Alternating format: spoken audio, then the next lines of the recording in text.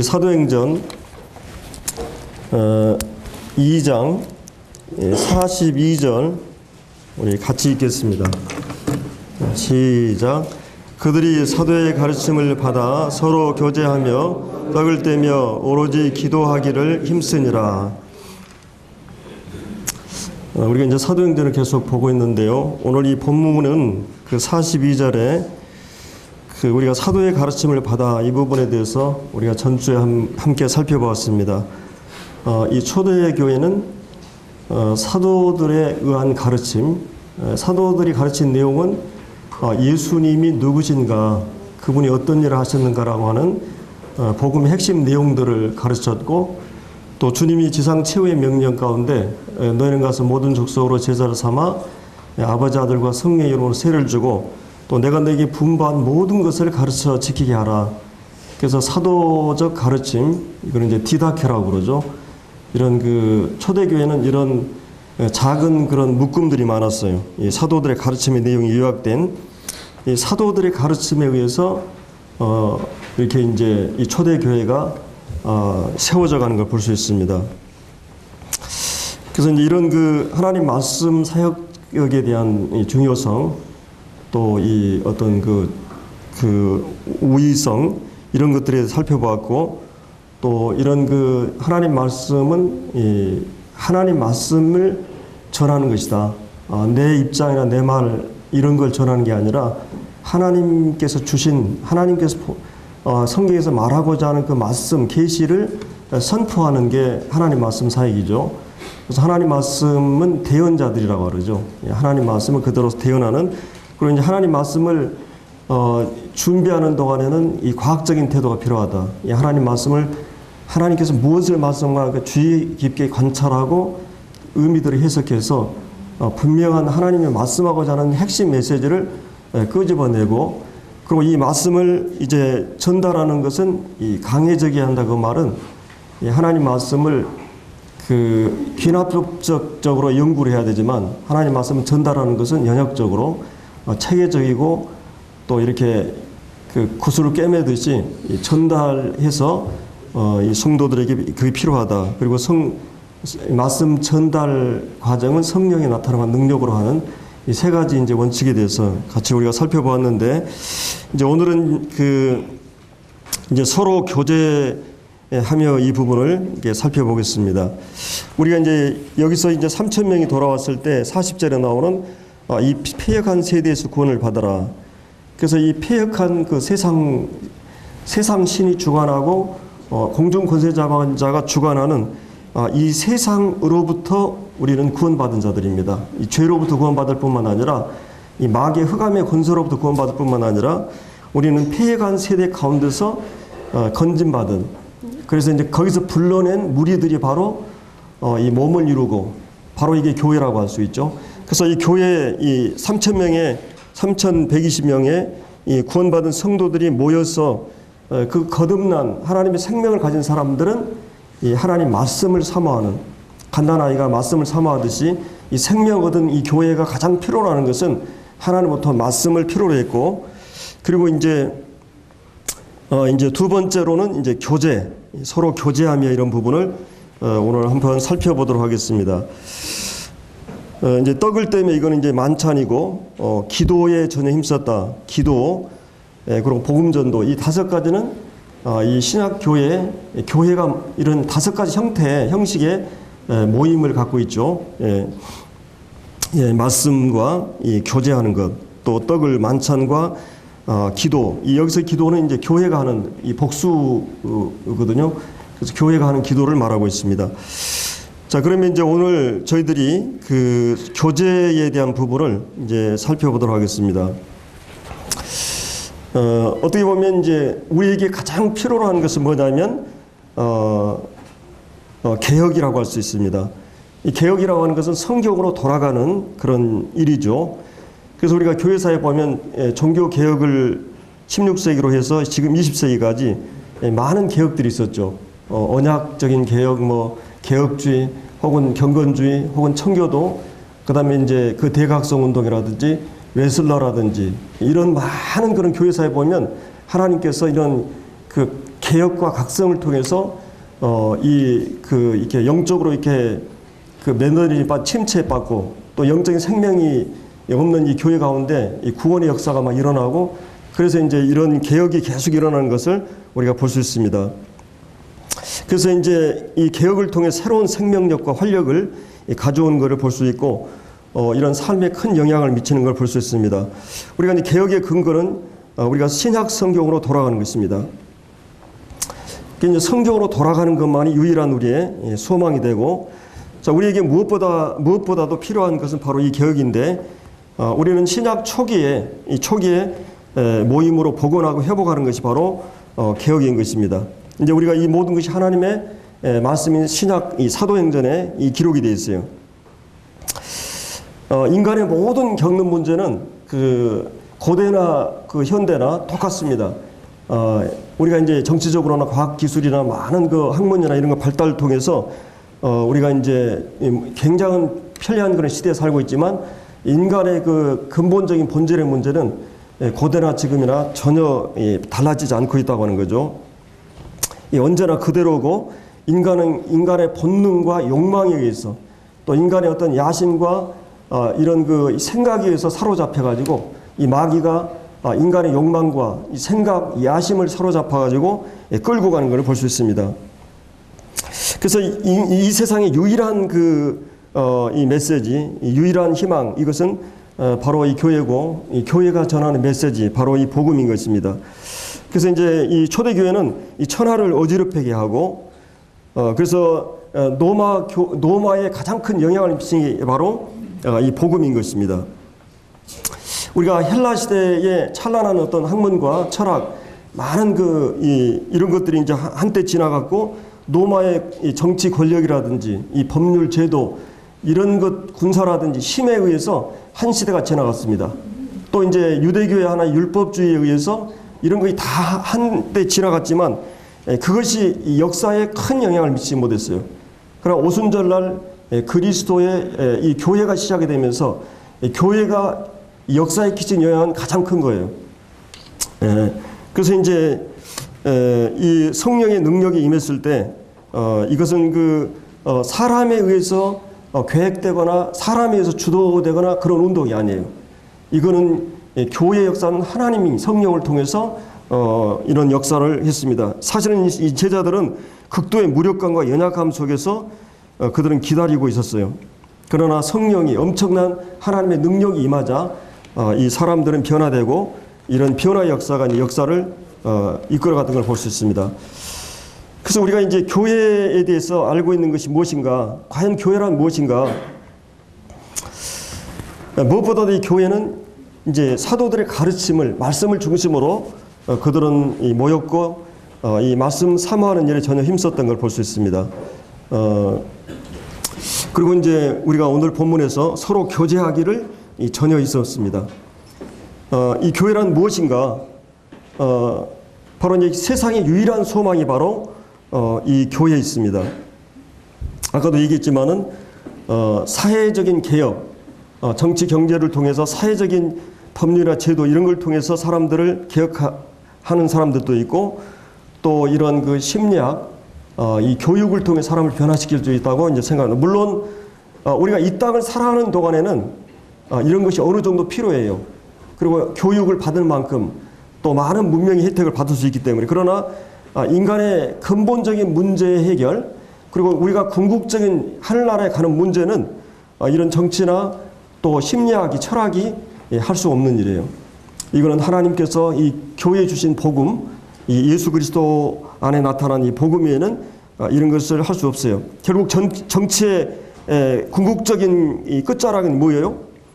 모순 속에 들어가고 있는 거죠. 사람들은 지금 자기 그 정치를 통해서 국가를 보완하고 지키고 이러기 위해서 어디까지 왔습니까? 결국은 이제 무기 경쟁이 가고, 결국은 자칫 잘못하면 이제 전 세계가 전멸할 수 있는, 완전히 망해버릴 수 있는 모든 걸 가지고 갖추어진 이런 모순 속에 인간의 평화나 안전을 위해서 가다가 힘을 자랑하다가 결국은 망해버리는 자리에, 이 남북 간의 관계도 마찬가지죠. 지금 이 핵무기 지금 경쟁으로 인해서 결국은 궁극적으로는 이 망하는 길을 향해서 가고 있어요. 노마가 그랬고 모든 정체가 그랬어요. 인간의 궁극적인 소망과 이런 걸 줄 수 있는 것은 바로 이 복음의 진리 외에는 없습니다. 그래서 하나님 묵시가 없으면 방자히 행한다는 말씀이 있는데, 그래서 이 불행한 것은 지금도 교회가 무엇을 하고 있는가, 이런 정치 메시지를 전하고 또 윤리나 율법 메시지를 전하고 있는 이런 오늘 강단을 볼 수 있는데, 이것은 거짓된 개념이고 이런 것이 사람들을 변화시킬 수 없습니다.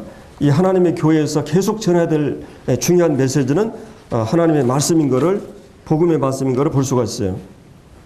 그래서 오늘 우리는 이제 이 교제가 무엇인가, 이거는 오늘날 이 기독교에서 에큐메니컬 운동을 하는 것처럼 종교 통합이니 교회 통합이니 이런 것을 이제 교제라고 말하지 않습니다. 또 이 감상적인 차원의 사교적인 그런 이런 것을 교제라고, 피상적인 어떤 관계, 우정, 친전, 이런 것이 교제가 아닙니다. 또 이 제도적으로 조직, 이 캐토릭이라든지 이런 큰 교회, 이런 거를, 그리고 이제 가끔 이제 결혼식, 장례식에 와서 찾아주고는 그런 차원의 교제가 아닙니다. 성경에서 얘기하는 교제라고 하는 것은 우리가 영적으로 거듭나게 되면 우리가 하나님 아버지가 되고 이제 우리는 모두 형제 자매가 되죠. 그러니까 내가 어느 아버지 아들 자녀로 태어나게 되면 이제 이 혈연 관계를 통해서 우리는 교제권이 형성됩니다. 서로 사랑하고 신뢰하고 믿음과 사랑과 이런 관계에서 이제 이 교제가 자연스럽게 이루어집니다. 그래서 이런 것과 같이 그리스도인들의 교제도 영적으로 우리가 거듭나게 될 때만이 이제 우리가 하나님 앞에서 서로 교제하는 이런 관계가 형성된다고 하는 거죠. 이 그리스도인 될 때 이런 한 공동체 가족이 되게 되고 결코 끊을 수 없는 이런 관계가 돼요. 그래서 이제 이 관계에도 힘의 관계가 있고 이 관계의 힘이 있죠. 이 거꾸로 뒤집어 놓으니까 엄청 다릅니다. 이 힘의 관계라고 하는 것은 내가 그 사람이 지식이 많고 훌륭한 학자거나 교수거나 아니면 그 사람이 돈이 많거나 기업 회장이라거나 아니면 권력, 지위, 이런 것이 있어가지고 형성된 관계예요. 그러니까 이 관계라고 하는 것은 그런 것이 사라질 때 다 무너져 버려요. 그러니 이 힘의 관계는 그런 거예요. 그러나 관계의 힘이라고 하는 것은 우리가 부모와 자녀의 관계라든지 부부 관계나 형제 관계, 이런 것은 이것은 우리가 하나님께서 묶어준, 우리가 출생과 함께 묶어진 관계예요. 이거는 우리가 어떤 것이 끊을 수 없는 관계예요. 이 땅을 살아가는 동안에. 그러나 거듭난 성도들의 관계, 이 관계는 우리가 아버지와 우리의 관계를 영원히 끊을 수 없어요. 어떤 것도 이 사랑을, 이런 그 사랑의 관계 속에 들어간 것입니다. 이것이 이제 성경에서 얘기하는 교제라고 말하는 거죠. 그래서 우리가 마가복음 10장에 보면 베드로가 우리가 모든 것을 버리고 주님을 따랐습니다, 이렇게 얘기했을 때 주님이 복음을 위해서 집이나 가정이나 또 이제 부모나 자녀나 형제나 자매, 이 모든 걸 버린 사람은 그 금세에 있어서 부모나 형제, 모친, 이 모든 것을 100배로 받는다 그랬어요. 여러분이 거듭나니까 여러분의 부모보다, 여러분의 형제보다 우리 여주교회 성도들만 해도 벌써 몇 배예요? 우리 가족이 10명이라면, 아니면 그리고 우리 전국적인 교제권, 이 국제적인 교제권, 우리가 어디를 가도, 제가 네팔을 가니까 성도들이 다 형제예요. 형제관계. 주님 하신 말씀이 우리가 이 땅에서 이렇게 복음 때문에 핍박을 받고 어려움을 당하면 이런 교제권이, 이제 주님 나라 가면 우리는 영원한 이런 교제권이 형성되게 될 것입니다. 그래서 이런 그 초대교회, 이 원시적인 모임, 바로 이게 우리가 지향하는 이런 그 교제권인 것을 이제 볼 수가 있습니다.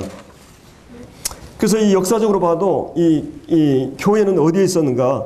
큰 캐토릭이나 어마어마한 그 건물 속에 있는 게 아니고 이런 북부 이탈리아 이 왈도파, 여러분이 들어보셨을 거예요. 그 외에도 체코슬라베키아라든지 유럽의 영국에 의해서 일어났던 유클리프나 조누스, 그리고 이제 그 외에도 이제 청교도라든지 스코틀랜드의 언약주의, 이들은 깊은 숲속에 모였고 기존의 세력들에 의해서 쫓기면서 감시받으면서 몇 명이 보초 서면서 몇 명이 모여서 구원받은 성도들이 모여가지고 이 교회 역사에 보면 이런 생명을 유지한 교회들이 진정한 교회가 어디에 있었는가를 우리가 말해주는 거죠. 이 공산권 성도들도 얼마나 많은 핍박 속에서 지금도 그렇잖아요. 이렇게 그래서 성도들이 찬송할 때 우리처럼 이렇게 찬송하는 게 아니라 입만 뻐끔뻐끔 하면서 하는 거예요. 이게 들리면 나가면은 체포되니까 진정한 진실한 믿음을 갖고 있는 성도들이 이렇게 작은 무리를 이루면서 지하에서 사막에서 산속에서 동굴에서 이렇게 모여왔습니다. 그들은 목숨을 걸고 모이면서 이 삶의 변화를 가져왔어요. 하나님과 더 깊은 만남, 성도들과 깊은 교제 속에서 정말 생명 얻은 성도들이 목숨을 걸고 교제했던 이 생명 얻은 성도들의 교제, 이것이 진정한 초대교회 교제요, 교회사의 교제였고 이것이 교회였던 것을 우리가 볼 수가 있습니다. 그래서 우리가 형제를 사랑함으로 사망에서 생명으로 옮긴 것을 우리가 안다 그랬어요. 형제를 사랑함으로 내가 구원받은 걸 확인할 수 있다고 하는 거예요. 그래서 요한일서 전체는 그걸 얘기하고 있어요. 여러분 이제 요한일서 1장에서는 하나님과 우리의 관계를 수직적인 교제를 얘기하죠. 하나님이 어떤 분이고 우리가 죄성을 갖고 있는 자다. 하나님 빛이시다. 그리고 하나님 역할은 하나님께서 어떤 일을 하시고 또 우리는 빛 가운데 행해야 되고 우리가 실수하고 넘어지면 죄를 자백하고 그래서 하나님과 우리의 관계, 교제를 얘기해 주고 있어요. 우리가 이 주님을 만지고 보고 이렇게 해서 주님을 나누는 게 교제죠. 교제는 교리를 나누는 것이 아니고 이런 피상적인 것이 아니라 주님 자신을 내가 품고 그분의 말씀을 따라가는 과정에서 그 고난과 시련 속에서 주님이 내게 주신 그런 말씀, 실제적인 그런 말씀, 그래서 그 말씀이 떡이 되고 피가 되고 우리가 만찬을 통해서 우리가 주님을 실제적으로 나누는 것이 교제입니다.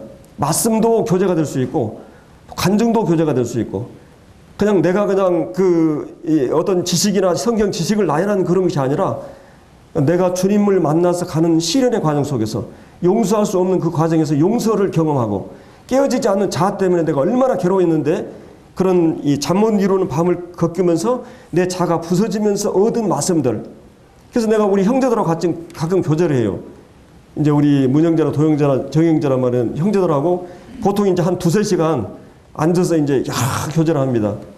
근데 정말 그 깊은 속에서 끌어오는 주님을 만난, 주님을 경험한, 주님을 실제적으로 주님이 가신 그 길 속에서 만났던 주님을 교제할 때 우리 영혼이 정말 그 기쁨이 충만하게 되는 걸 볼 수 있어요.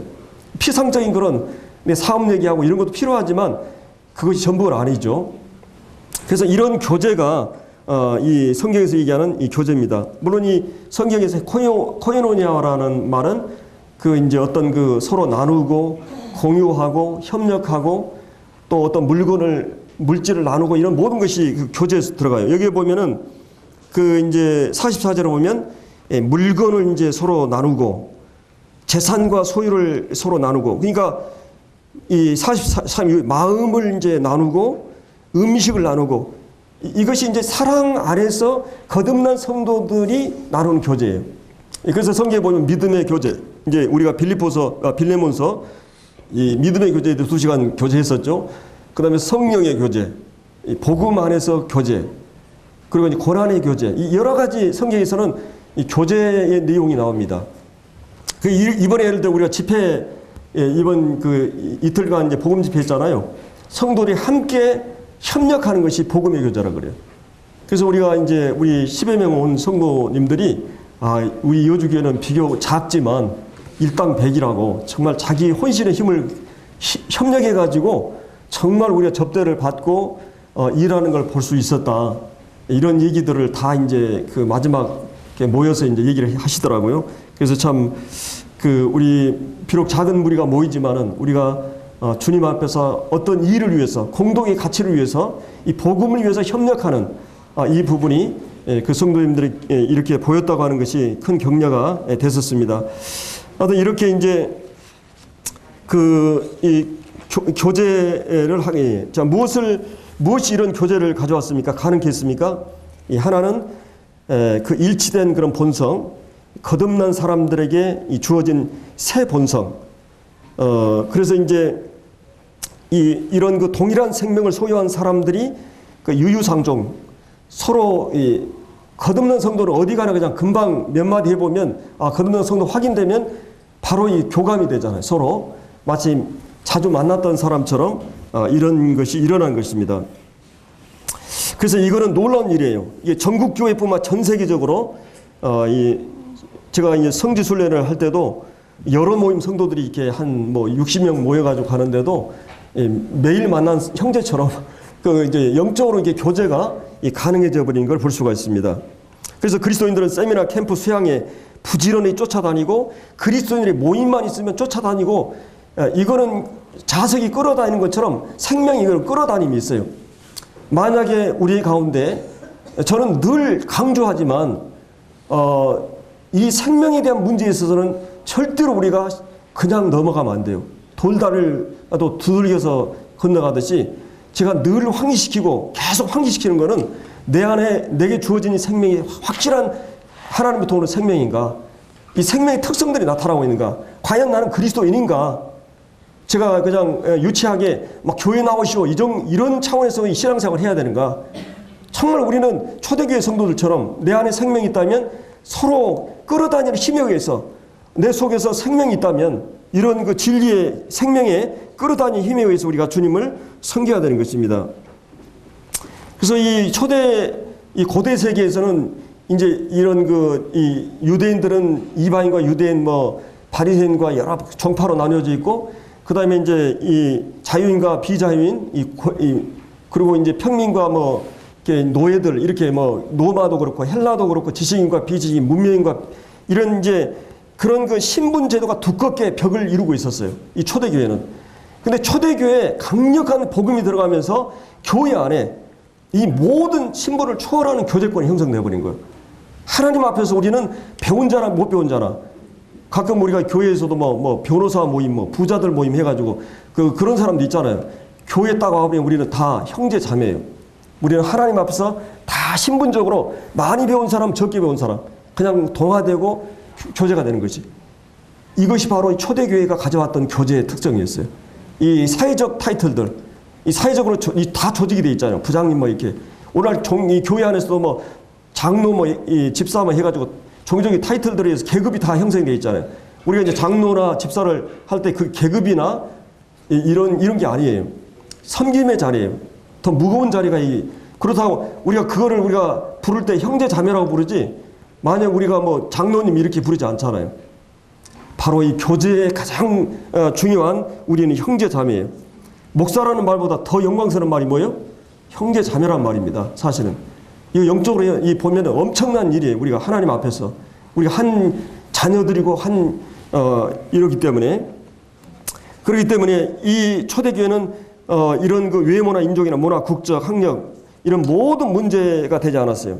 우리 생명 안에서 교제하고 그 다음에 말씀에 대한 태도 이 말씀이 우리를 이런 교제 속에 이끌어가는 걸 볼 수 있습니다. 또 이제 성도들에 대한 태도 이런 모든 것이 이런 놀라운 교제를 형성했던 걸 볼 수 있습니다. 그래서 이제 오늘 우리가 이 본문을 통해서 어떻게 그러면 초대 성도들은 여기 이제 43절부터 그 하나님을 두려워하는 그러니까 하나님을 두려워한다고 하는 것과 거기 이제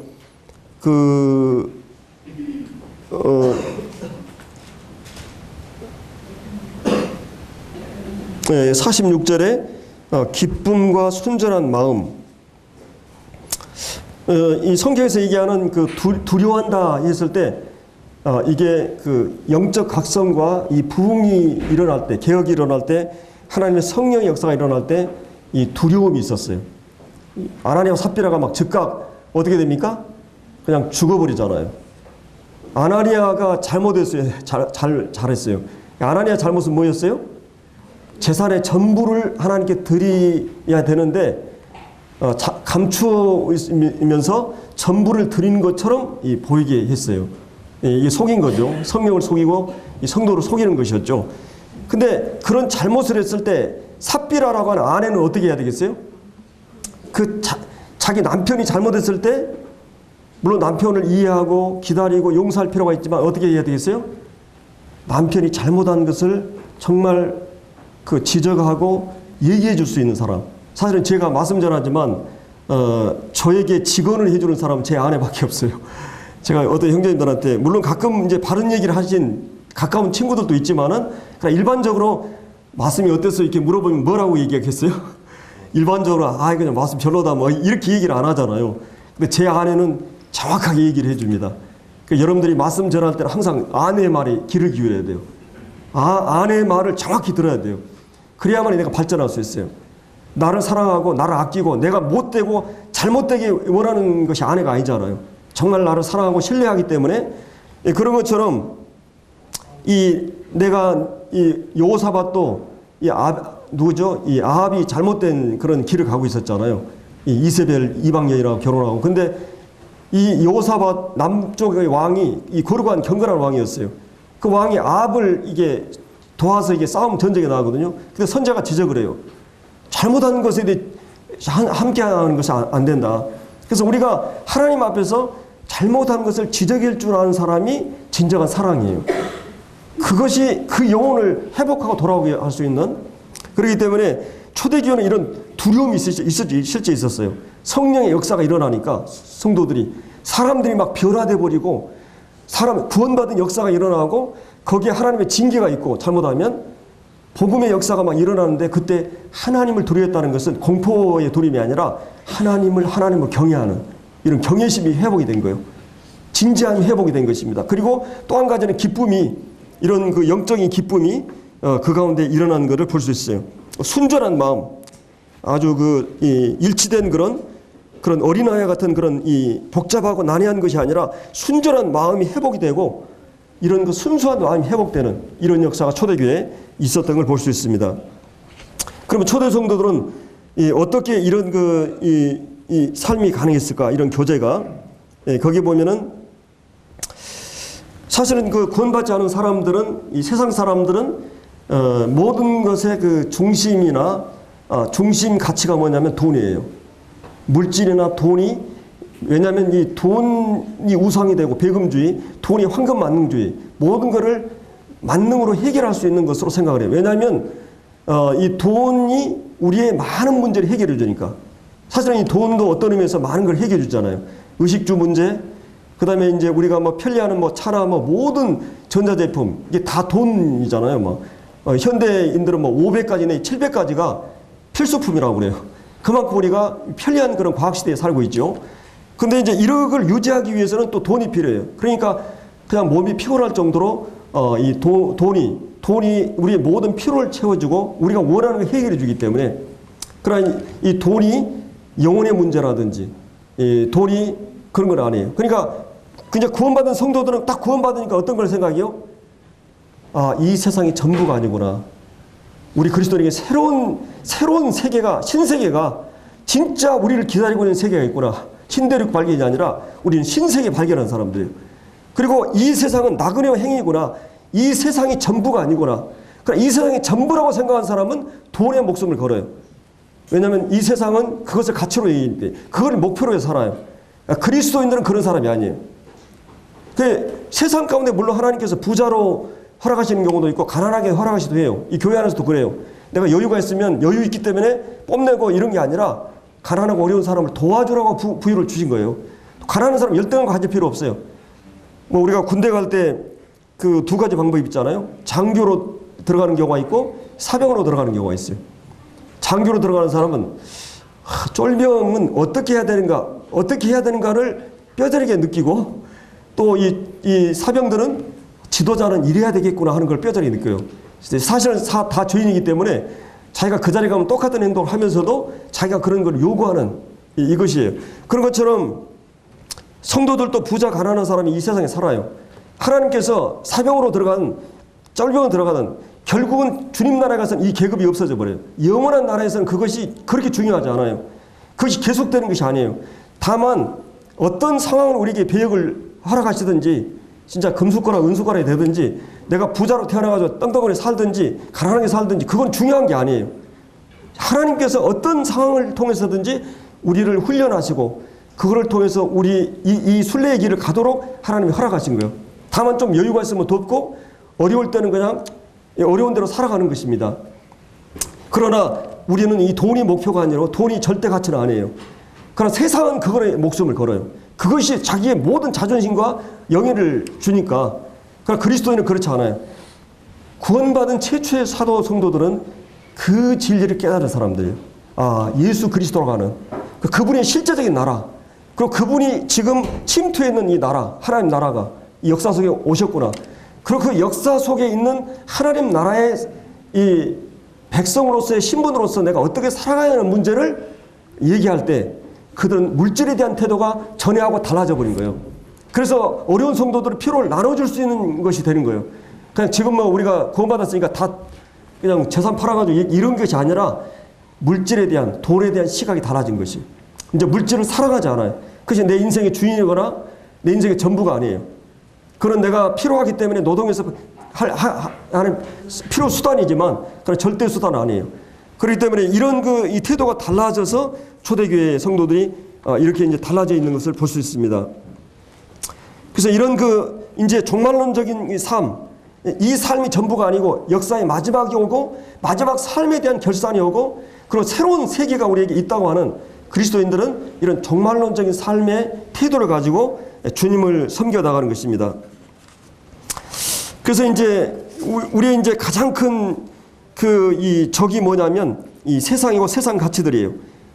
세상적인 출세나 성공, 세상적인 행복 이런 것들이 우리를 요구해요. 그래서 이 기독교 안에도 그런 요구들을 위해서 출세하고 뭐 시험 합격하고 뭐 건강 무병장수하고 형통하고 뭐 세상에서의 삶의 요구를 입맛을 맞춰주면서 교회에 사람들을 모이게 하는데 이거는 그 샤머니즘이고 이건 아주 저급한 이 종교가 되는 것이. 우리가 믿는 하나님은 절대 그런 분이 아니에요. 우리가 그런 거를 위해서 모이는 것이 아닙니다. 그래서 이제 이런 이제 어느새 이런 틈을 타가지고 교회에 이런 것들을 만병통치약으로 이런 전략을 가지고 이 교회 안에 마치 주문이나 부적하듯이 이 하나님을 팔고 있는데 그것은 안 되는 것이죠. 그리스도인이기 때문에 오히려 더 많은 고난을 받아야 되는 것이 생명이 있기 때문에. 초대교회 보세요. 제가 여기서 사기칠 수도 있어요. 거짓말할 수 있어요. 물론 우리가 하나님이 우리를 막 고통스럽고 힘들게 하는 분은 아니에요. 자유하기 때문에 오히려 신앙 지키기가 더 훨씬 힘든 시대예요. 얼마나 세상이라고 하는 이 세상이라고 하는 이런 것이 이 교회 성도 안에 들어와 있는지 모릅니다. 그래서 이런 정말 신앙은 현실 삶에서 가장 이 아름다운 모습은 이 종말론적인 삶은 자기 십자가를 지고 자기를 부인하는, 내가 세상에 잘 먹고 잘 살고 형통한 것이 아니라 이것은 하나님께서 이 대기업의 회장 아들을 노가다판에다 갖다 놨는데 그냥 아버지가 나를 이런 일을 시킨다고 쎄면 한 1000포 다 어디에 빼가지고 그냥 도망갔다. 그럼 그 아버지가 그걸 경찰 풀어가지고 잡으라 하겠어요? 너 잘 먹고 잘 살아 그러겠죠. 이 아들에게 그걸 하는 거 뭐예요? 기업의 속속들의 모든 문제를 파악하고 네가 앞으로 아들로서 기업 경영하는 과정을 모든 것을 파악해야만이 경영할 수 있기 때문에 그 목적을 위해서 주었다면 그러면 여러분들이 주님이 앞으로 여러분이 주신 기업은 세상에 속한 게 아니에요. 하늘에 속한 거 하나님이 영광스러운 기업을 우리에게 주실 건데 그 기업 물려받을 자식들을 훈련하는데 이 세상이 그렇게 만만한 게 아니에요. 우리가 노가다판에 던져지는 것처럼 쉬운 길이야. 그러나 우리가 종말론적인 삶을 우리는 나그네예요. 궁극적인 목적이나 가치를 보는 눈이 있기 때문에 우리는 고달프고 힘든 삶의 과정을 타협하지 않고 가려고 하는 거예요. 그것이 그런 가치를 갖고 있기 때문에 우리는 이 세상에 그냥 출세하고 뭐 이 세상에 적당히 타협이 잘 되고 이런 것이 그리스도인의 삶이 아닌 것을 이제 우리가 볼 수 있습니다. 그래서 이런 그리스도인의 이 삶에 대해서 우리가 이제 정말 이 사랑의 교제가 이 교회는 이루어지는 장소예요. 그래서 여러분이 이제 요한일서는 성도의 교제첩이라고 그러죠. 성도의 교제첩. 그래서 이 장에서도 보면 너희가 너희들이 빛 가운데 있느냐? 형제를 사랑하는 자가 빛 가운데 있다. 그랬어요. 형제를 사랑하는 자가 빛 가운데 있다. 이 장에서도 너희가 정말 형제를 사랑함으로 사망의 생명으로 옮긴 것을 알 수 있다. 예. 이 사막 나라에서 생명 나라로 옮겨진 생명을 알고 있는 자들이 진정한 하나님의 사랑을 아는 자들이 모여 있는 곳. 그리고 이 사랑을 서로 나눌 수 있는 사람들. 하나님의 사랑을 받은 사람은 반드시 사랑을 하게 돼 있어요. 내가 사랑을 지금 영적인 하나님의 사랑을 서로 나눌 수 없는 사람은 사랑을 받은 적이 없기 때문에 그래요. 심각한 문제예요, 이게. 나는 하나님의 사랑을 입은 자인가? 사랑을 체험하고 있는가? 그 사랑을 서로 공유하고 나누고자 하는가? 이 요한일서 전체는 그런 말씀이에요. 여러분 쭉 한번 보세요. 요한일서에 보면. 그리고 이 형제가 계속 말에는 형제를 사랑할 수밖에 없다. 왜 그러냐? 하나님 사랑을 알기 때문에. 하나님 사랑을 아는 자는 누구냐? 형제를 사랑하는 자다. 아버지께서 어떠한 사랑을 우리에게 보여주셨느냐? 그래서 그 사랑을 아는 사람은 사랑할 수밖에 없다. 계속 그 논리가 그래요. 사랑을 입었기 때문에 사랑할 수밖에 없고. 그러니까 하나님께로 난 자는 하나님을 사랑할 뿐만 하나님께 내신 자, 하나님 자식들을 사랑하게 됐어. 자녀들을. 사랑할 수밖에 없다는 논리가 요한일서의 핵심이에요. 하나님 사랑을 깨달았기 때문에 성도들 간에 사랑할 수밖에 없다. 그 사람이 의를 행하고 하나님 사랑하지 않는 자, 그 사람 하나님께 난 자가 아니다. 하나님께로 난 자가 누구냐? 예, 하나님의 사랑을 입은 자하고 사랑을 나눈 자예요. 그러니까 이게 이제 사랑의 교제가 이루어질 수 있는 성도들이 바로 이 그리스도인들은 거듭나면서 이제 서로 이 정도의 차이 있지만 그리스도 안에서 내가 우리 형제 자매에 대해서 전화한다든지 가끔 보고 싶어서 만나는 명절에 만나든지 형제를 만나는 것. 뭔가 그 형제의 아픔이 내 아픔이 되고 그 형제의 즐거움이 내 기쁨이 되고 형제가 어떤 뭘 하는데 합격했다 얼마나 기쁨이 되고 형제의 아픔 고통이 내 고통이 되고 그것이 형제예요. 즐거움을 함께 즐거워하고 슬퍼한 자 함께 슬퍼하고 이게 형제예요. 형제 사랑 안에서 교제하게 되는 것이죠. 예, 우리 교회 안에서 누군가가 좀 이 장기적으로 나오지 않는다. 그 형제에 대해서 늘 저한테 물어보고 왜 형제님 안 나옵니까? 왜 무엇 때문에 안 나옵니까? 성도들이 다 그걸 물어봐요. 물어보지 않는 성도는 이상한 거죠. 기도하기 때문에 그 형제가 다시 회복되길 원하기 때문에 장기적으로 나오지 않는 성도들에 대해서 이거는 모든 성도들의 본능이고 마음이에요. 새 본성을 가지고 있는 새 생명의 특성 그건 사랑이에요. 사랑이 없는 교회 그건 시체예요. 심장이 없는 몸 시체예요. 교회는 사랑으로 묶어진 그리고 세상 사람들이 우리가 사랑할 때 너희가 내 제자인 것을 안다고 그랬어요. 그리고 이제 이 교회는 믿음의 교제가 있어요. 우리가 이제 어디입니까? 빌레몬서를 통해서 이 교제에 대해서 쭉 얘기를 했죠. 그래서 이제 이제 서로 이제 그 어느 시대보다 우리가 어제도 이 헌욱 형님이 뭐 전화를 했는데 참 빠른 시대다.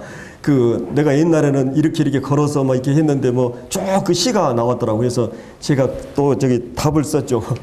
자, 빠르게 다녀도 시원치 않고 또 지금 통신이 발달됐는데도 그렇게 많은 전화통화를 하는데도 깊은 교제가 없고 예, 이 교통이 발달돼서 그냥 금방 왔다 갔다 하는데 깊은 그런 만남이 없고 건강과 시간을 초월해서 얼마나 좋은 시대, 지구촌의 시대인데도 우린 정말 진정한 사랑의 나눔이 없는 정이 없는 이런 시대다.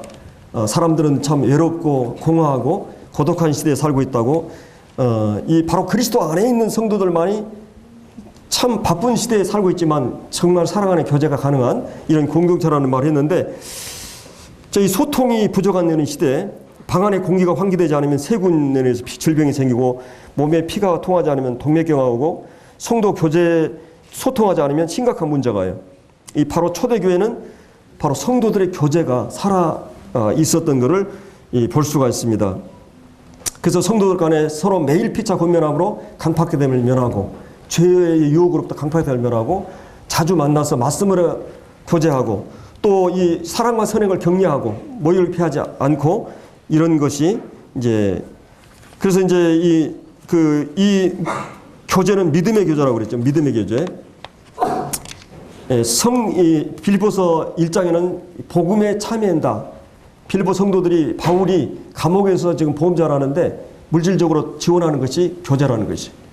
그래서 예를 들어서 뭐 어떤 선교사, 사역자 혹은 복음을 위해서 일하는 모든 것을 지원하는 것도 복음의 교제예요. 예, 그 전선에서 일하는 사람들을 후방에서 지원하는 것이 교제예요.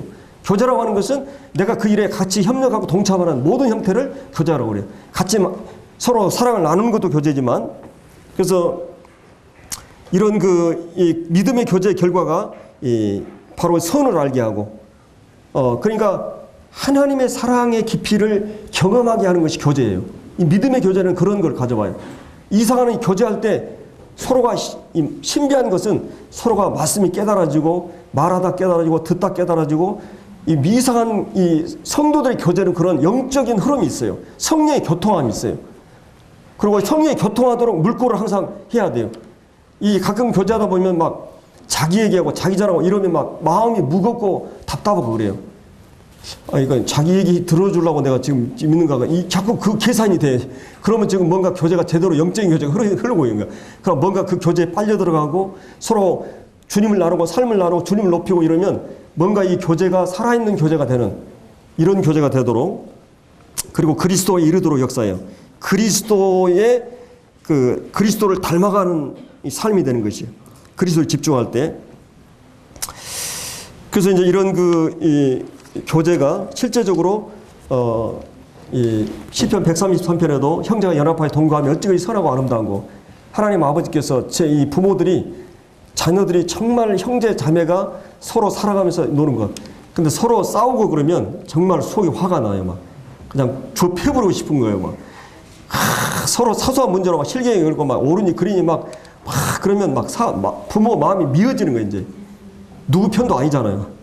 다 내 편인데 자기들은 편을 만들어가지고 막 그러는데, 근데 하나님 아버지도 똑같아요.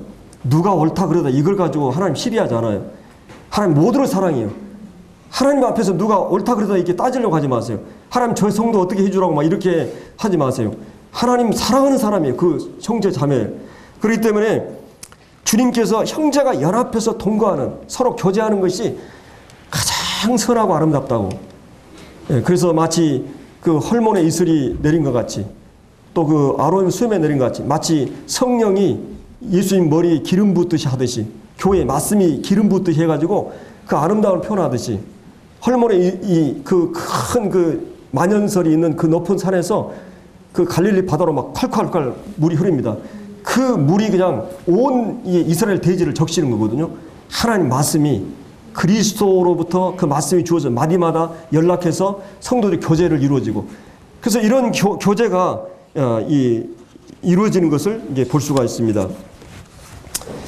그래서 이런 그 교제는 서로 참여하고 협력하고 슬픔과 기쁨을 공유하고, 그 다음에 서로 협력하고, 또 하나님 주신 비전, 말씀, 은사, 사명, 사역들을 서로 공유하고 서로 사랑 안에서 사귀며 교통하는 이런 교제를 이렇게 성경에서 말해 주고 있습니다. 그래서 이런 이 예루살렘 최초의 이 교제도 43절부터 마지막까지 이런 실제적인 그런 마음의 나눔이, 사랑의 나눔이, 그리고 기쁨이 이 교회 안에 충만했던 것을 볼 수가 있습니다. 그래서 이런 그 사랑의 교제, 믿음의 교제, 빌립보서 2장에 보면 성령의 교제, 성령 안에서 있는 사람들의 교제, 그리고 이 고난의 참여함, 고난의 교제. 그래서 고난 가운데, 믿음 가운데 가다가 만난 주님을 서로 나누는. 그래서 사도 바울이 내가 그리스도와 그 부활의 권능과 그 고난의 참여함, 이 참여함 교제예요. 참여함을 알려하여 내가 죽으심을 본받았다 그랬어요. 자기를 죽이는 삶의 과정을 통해서만이 주님을 실질적으로 만날 수가 있어요. 주님이 걸어가신 그 길을 가야만 주님을 만나요. 주님은 철저하게 자기를 부인하고 하나님의 영광을 위해서 자기를 들었던 삶을 살았기 때문에 주님이 가신 길을, 사도 바울이 간 그 길을 가야만이 주님을 경험하게 돼 있어요. 주님이 어떤 분인가 실제적으로 알게 되고 부활의 권능을 우리가 이제 체험할 수가 있는 것입니다. 이 고난의 참여함을 위해서 사도 바울은 의지적으로 그 길을 갔어요. 내 몸을 복종시켰어요. 그럴 때 말씀이 새롭게 들리고 새롭게 보이게 되고 말씀이 내 안에 품어져서 그것이 고통이 되고 아픔이 되지만 그것이 결국은 조개가 그 말씀을 물로 그것을 품을 때만이 진주가 되듯이 고통스러운 말씀을 먹을 때는 다지만 실천하는 과정에는 고통이 되지만 그 고통의 과정 속에서 영롱한 그런 진주가 되듯이 그리스도의 인격이 아름다운 진주가 그거예요. 그래서 이제 그것을 서로 나눠야만이 그 교제예요. 예, 그런 주님을 나눠야만이. 그래서 이런 그 교제가 우리 가운데 있어야 될 것입니다. 그래서 초대교회는 이런 믿음의 교제가 실제 살아서 역사하고 있었던 것을 볼 수 있습니다.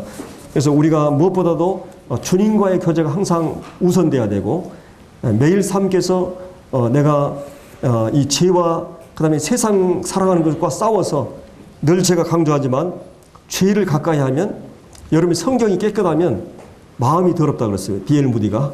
성경이 지저분한 사람은 마음이 정결하다 그랬어요. 성경을 가까이 하는 사람, 늘 가까이 보고 말씀을 실천하려고 하는 사람은 마음이 정결해 있어요.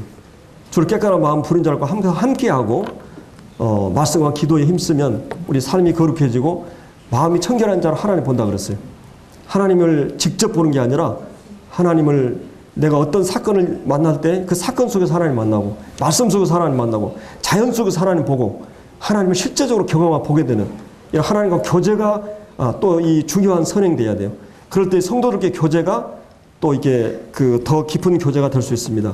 그래서 우리가 갖고 있는 이 믿음, 우리가 갖고 있는 이 놀라운 그런 이 복음, 그리고 이 생명, 이런 진리, 이런 것들을 실제 삶에서 냉격화하고 생활화하고, 그래서 이런 그 주님을 실제적으로 경험해서 서로 나누는 이런 믿음의 교제가 되어야 할 것입니다. 기도하겠습니다.